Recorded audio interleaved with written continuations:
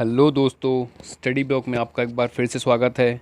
मैं अंकित आज आपके लिए लेकर आ गया हूँ एलसीएम एंड एससीएफ, जो कि आपके विभिन्न कॉम्पिटिटिव एग्ज़ाम के पॉइंट ऑफ व्यू से बहुत ही इंपॉर्टेंट होगा। इस वीडियो में मैं एलसीएम एससीएफ का बेसिक कॉन्सेप्ट के साथ हायर लेवल के क्वेश्चन भी कराऊँगा, तो वीडियो में लास्ट तक बने रहें और चैनल को लाइक एंड सब्सक्राइब ज़रूर कर दें। तो चलिए शुरू करते हैं।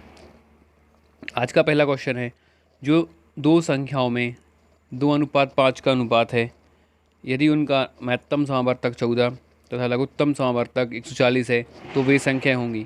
तो इस क्वेश्चन को करने के मैं दो तरीके बताऊंगा, जिसमें कि पहला है एक वो फॉर्मूला है जिसमें आपको याद करना होगा, ये है LCM into HCF is equal to पहली संख्या गुणा दूसरी संख्या। ये बेसिक फॉर्मूला है जो एलसीएम में अप्लाई होता है। ठीक है, तो क्वेश्चन में अपन को एचसीएफ दिया है यानी कि महत्तम समावर्तक, और एलसीएम दिया है यानी कि लघुत्तम समावर्तक, जिसमें कि एलसीएम और ये एचसीएफ। ठीक है, दोनों संख्या तो दी नहीं है, तो क्या करेंगे, अनुपात में x का गुणा करके यहाँ लिख देंगे। ठीक है, तो यहाँ से क्या करेंगे, x की वैल्यू निकालनी है अपन को, तो ये 10x² हो जाएगा और ये 140 गुणा 14। अब x की वैल्यू चाहिए तो क्या करना पड़ेगा, 10 को इसके नीचे लाना पड़ेगा, 10 को यहाँ इसके नीचे लाएंगे अपन। ठीक है, तो ये अगले पेज पे करता हूँ, तो ये क्या हो जाएगा, 140 गुणा 14 बटे 10 बराबर x²। तो 0 से 0 जाएगा, क्या बचेगा, 14 गुणा 14 बराबर x²। तो इस प्रकार यहाँ से x की वैल्यू कितनी निकल आई, 14। ठीक है, तो 14 की x की वैल्यू निकल आई। संख्या क्या मानी थी अपन ने, 2x और 5x। इनमें अपन x की वैल्यू रख देंगे। तो पहले में यदि x की वैल्यू रखेंगे 14, तो 2 गुणा 14 कितना हो जाएगा, 28। और दूसरे में वैल्यू रखेंगे 5 गुणा 14, तो कितना हो जाएगा, 70। तो 28 70 इसका सही आंसर हो जाएगा। तो अब सेकंड मेथड देख लेते हैं। तो सेकंड मेथड में भी एक फॉर्मूला यूज़ होना है, जो आप देख लेंगे। तो ये एचसीएफ गुणा रेशो, बस इतना सही फॉर्मूला है। तो एचसीएफ क्या दिया है, यानी महत्तम समावर्तक कितना दिया है, 14। यदि पहली संख्या निकालनी है तो पहला रेशो क्या है इसमें, 2। पहला रेशो 2 है तो 2 का गुणा कर देंगे, तो कितना आंसर हो जाए, पहली संख्या हो जाएगी 28। और दूसरा रेशो क्या है इसमें, 5, तो इसमें 5 का गुणा कर देंगे तो दूसरी संख्या निकल आएगी। इस प्रकार से अपना आंसर 28 17 वो संख्याएं हो जाएंगी। वीडियो पसंद आ रहा है तो प्लीज़ चैनल को सब्सक्राइब कर दें। चलिए अगला क्वेश्चन है, 2832 का लघुत्तम तथा महत्तम किस अनुपात में है, यानी कि लघुत्तम और महत्तम का अनुपात निकालना है। तो सबसे पहले लघुत्तम महत्तम क्या होता है वो तो देख ही ले। तो लघुत्तम महत्तम निकालने के लिए ये बेस्ट है, तो 28 और 32 ये लिख लिया। तो सबसे आपने सुना होगा कि सबसे पहले छोटी संख्या से देते हैं भाग, नहीं, मैं कहता हूँ बड़ी से बड़ी संख्या चूज़ करो जिसमें कि दोनों में भाग चला जाए। ठीक है, तो बड़ी से बड़ी संख्या कौन सी होगी, 4, जिससे कि इसमें भाग जाएगा तो यहाँ आएगा 7 और यहाँ क्या आ जाएगा, 8। ठीक है, तो जो बड़ी से बड़ी संख्या जिससे दोनों संख्याओं में भाग चला जाएगा वो अपना क्या होगा, महत्तम समावर्तक। ठीक है, या एचसीएफ। तो इस प्रकार से एचसीएफ एक ऐसी बड़ी से बड़ी संख्या है जिसका दी हुई संख्याओं में पूरा पूरा भाग चला जाता है। ठीक है, और तो फिर लघुत्तम क्या होगा, लघुत्तम के लिए क्या करना पड़ेगा, ये सभी पूरा लघुत्तम हो जाएगी, नीचे की 7 8 और ये 4 ये पूरा लघुत्तम हो जाएगा, ये पूरा क्या हो जाएगा, लघुत्तम समावर्तक। ठीक है, तो इसका लघुत्तम समावर्तक क्या हो जाएगा, 4 गुणा 7 गुणा 8। ठीक है, यह है लघुत्तम। अपन को रेशियो किसका निकालना है, लघुत्तम बटे महत्तम का निकालना है। और महत्तम कितना आया, 4, 4 से 4 गएगा तो 7 8 56, यानी क्या हो गया, 56/1, यानी 56:1 इसका सही आंसर हो जाएगा। अगला क्वेश्चन है, 14 तथा 16 के लघुत्तम तथा महत्तम समावर्तक का गुणनफल निकालो। बस तो फॉर्मूला वही है, पहली संख्या गुणा दूसरी संख्या बराबर लघुत्तम यानी एलसीएम गुणा महत्तम यानी एचसीएफ। ठीक है, तो बस पहली संख्या क्या क्वेश्चन पूछा, क्या गुणनफल, यही तो है गुणनफल लघुत्तम और महत्तम का। ठीक है, पहली संख्या है 14 गुणा 16, दूसरी 16, तो 14 गुणा 16 करोगे तो आपको आंसर मिल जाएगा सी ऑप्शन यानी 224 आपका सही आंसर आ जाएगा। अगला क्वेश्चन है 7200 और 1050 और 2100 का महत्तम समावर्तक क्या है। तो बस महत्तम समावर्तक के लिए आपको बस यही करना है, ये क्या है, सॉरी, ये 7200, 1050 और 2100। तो सबसे पहले सबके लास्ट में क्या है, ज़ीरो, तो कॉमन सेंस की बात है, 10 से सब में चला ही जाएगा। तो यहाँ क्या बचेगा 720, यहाँ 105 और यहाँ 210। अब किससे देंगे अपन, अब 5 से दे देते हैं। ठीक है, तो 5 से देने पे ये क्या बचेगा 144 और ये आएगा क्या 21 और ये 42। अब दे देते हैं 3 से, तो 3 से देने पे क्या आएगा 48, 7 और 14। तो निकालना क्या है महत्तम, जैसा कि मैंने बताया जो यहाँ संख्याएं होती हैं वो उनका गुणनफल क्या कहलाता है, महत्तम। तो कितना आएगा 10 पंचे 50 और 3 150 यानी 150। तो 150 किस में है, ओ 150 तो ऑप्शन में है ही नहीं, तो इसका सही आंसर क्या हो जाएगा, डी ऑप्शन इसका सही आंसर हो जाएगा। अगला क्वेश्चन है दो संख्याओं में 11:7 का अनुपात है, यदि उनका महत्तम समावर्तक 8 हो तो वे संख्याएं होंगी। अभी मैंने बताया कैसे निकालते हैं, ये निकलता है HCF इंटू रेशो से। ठीक है, HCF क्या है अपना 8 है, यदि पहली संख्या निकालना है तो पहला वाला रेशो यानी 11 बराबर संख्या क्या हो जाएगी 88। दूसरी वाली संख्या निकालना है तो दूसरा वाला रेशो क्या है 7 यानी कि 56। तो 88 56 ये संख्याएं हो जाएंगी। ठीक है, चलिए अगला क्वेश्चन, एक 15 मीटर 17 सेंटीमीटर लंबे तथा 9 मीटर 12 सेंटीमीटर चौड़े कमरे के फर्श पर वर्गाकार टाइल से हैं कम से कम लगी। यानी क्वेश्चन में ये पूछ रहा है कि एक कमरा है, आयताकार कमरा है जिसकी लंबाई दी है चौड़ाई दी है, उसमें टाइल से लगाना है, तो टाइल से की संख्या कम से कम टाइल्सों की संख्या निकालनी है। तो देखिए मान लो कि ये कमरा है अपने पास, ठीक है, तो ये इसकी चौड़ाई हो जाएगी कितनी थी क्वेश्चन चौड़ाई 9 मीटर 2 सेंटीमीटर। इसको क्या करेंगे अपन दोनों को सेंटीमीटर में कन्वर्ट कर लेंगे, तो ये 902 सेंटीमीटर हो जाएगा। कैसे होगा, यदि आपको इसे कन्वर्जन नहीं आता है तो आप मेरे पिछले वीडियो देखिए, वहाँ मैंने कन्वर्जन बताया, आप वहाँ से देख सकते हैं। ठीक है, और ये 15-17 सेंटीमीटर हो जाएगा। अब टाइल से ऐसे चूज़ करना है तो यहाँ ये माना जाता है कि टाइल्सों को आप काट नहीं सकते, फुल पूरी की पूरी टाइल से बराबर लगेंगी। ठीक है, नॉर्मली अपन क्या करते हैं टाइल्स को काट देते हैं, पर क्वेश्चन में ऐसा नहीं होगा, टाइल्स पूरी की पूरी लगाई जाएंगी। तो जो टाइल्स की लंबाई रहेगी वो मतलब जो संख्या रहेगी वो इसमें भी आएगी और वो इसमें भी आएगी, मतलब दोनों में वो जो टाइल्स की लंबाई रहेगी वो कॉमन रहेगी। तो वही चीज़ क्या होती है, जो दोनों संख्याओं में कॉमन हो, बड़ी से बड़ी संख्या जो दोनों में कॉमन हो, वही तो अपना HCF होता है ना। क्या होता है HCF यानी महत्तम समावर्तक, होता है कि नहीं होता। महत्तम समावर्तक बड़ी से बड़ी संख्या है जो दी हुई संख्याओं में कॉमन होती है, दी हुई संख्याओं में उसका भाग चला जाता है। ठीक है, तो इन दोनों का अपन को HCF निकालना पड़ेगा, किसका, क्लियर कर देता हूँ, ये 15 17 और 902 का आपको LCM निकालना पड़ेगा। तो इस विधि से आप LCM निकालेंगे तो इसका LCM आएगा 41। तो ये 41 सेंटीमीटर टाइल्स की आ जाएगी एक भुजा। अब अपन को भुजा का क्या, सॉरी भुजा निकल आई। अब अपन को क्या चाहिए, टाइल्स का क्षेत्रफल चाहिए। तो टाइल्स कैसी है, वर्गाकार, तो वर्ग का क्षेत्रफल क्या होता है भुजा का स्क्वायर। तो यहाँ क्या आ जाएगा 41 सेंटीमीटर का स्क्वायर। ठीक है, इसको सॉल्व नहीं करना, सेम ऐसे ही रहने देना। ठीक है, चलिए अब जो टाइल्सों की संख्या आएगी वो कैसे निकलती है, टाइल्सों की संख्या जो होती है वो निकलती है कमरे का क्षेत्रफल, कमरे का क्षेत्रफल बटे टाइल्स का क्षेत्रफल।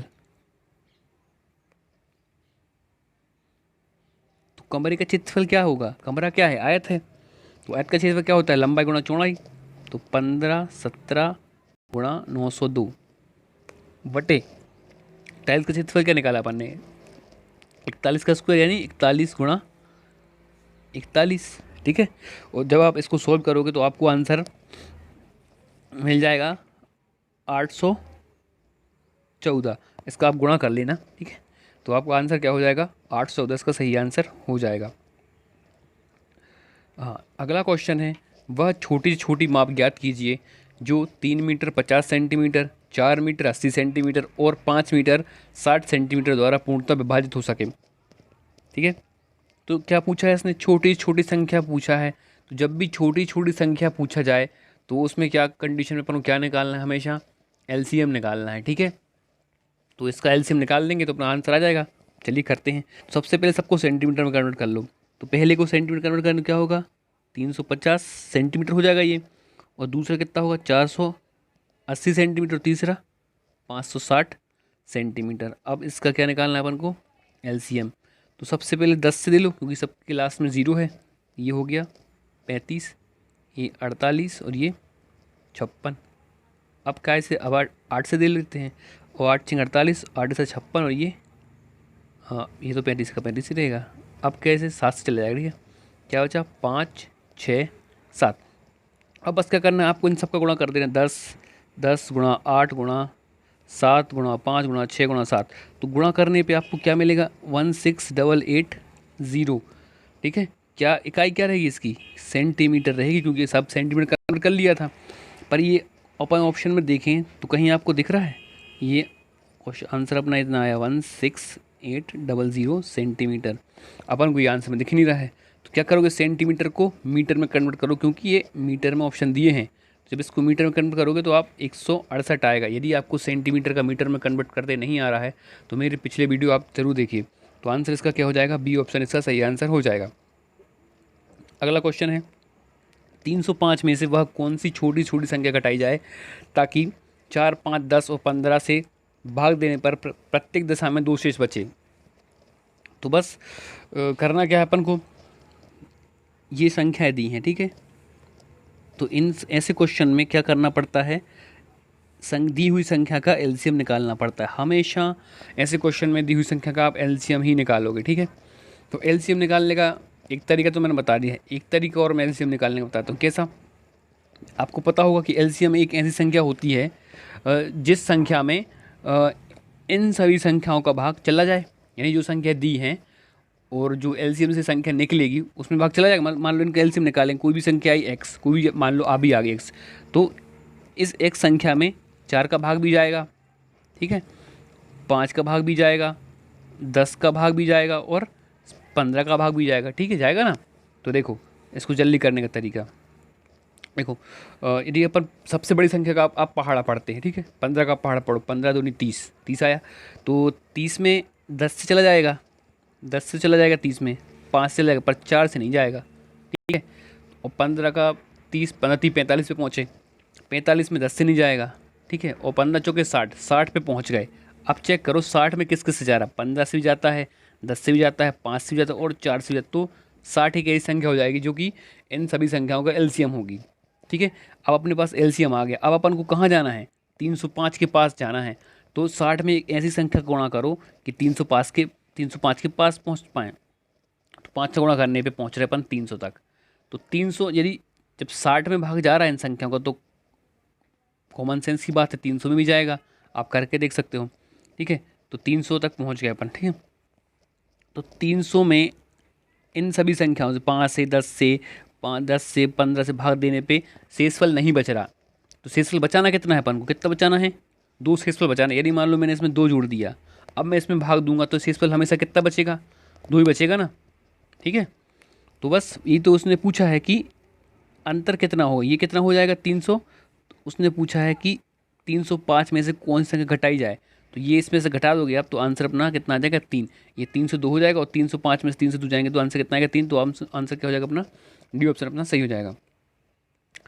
अगला क्वेश्चन है, वह बड़ी से बड़ी संख्या जिसमें 126, 226 और 336 से भाग देने पर समान शेष बचता है, तो जब भी बड़ी से बड़ी संख्या की बात की जाए तो वहाँ आपको क्या निकालना है, एचसीएफ यानी महत्तम समापवर्तक। छोटी संख्या की बात की जाए तो एलसीएम और बड़ी संख्या की बात की जाए तो एचसीएफ। तो देखो इसको करने से पहले क्या करेंगे, ये संख्या क्या है, थोड़ी बड़ी संख्याएं हैं,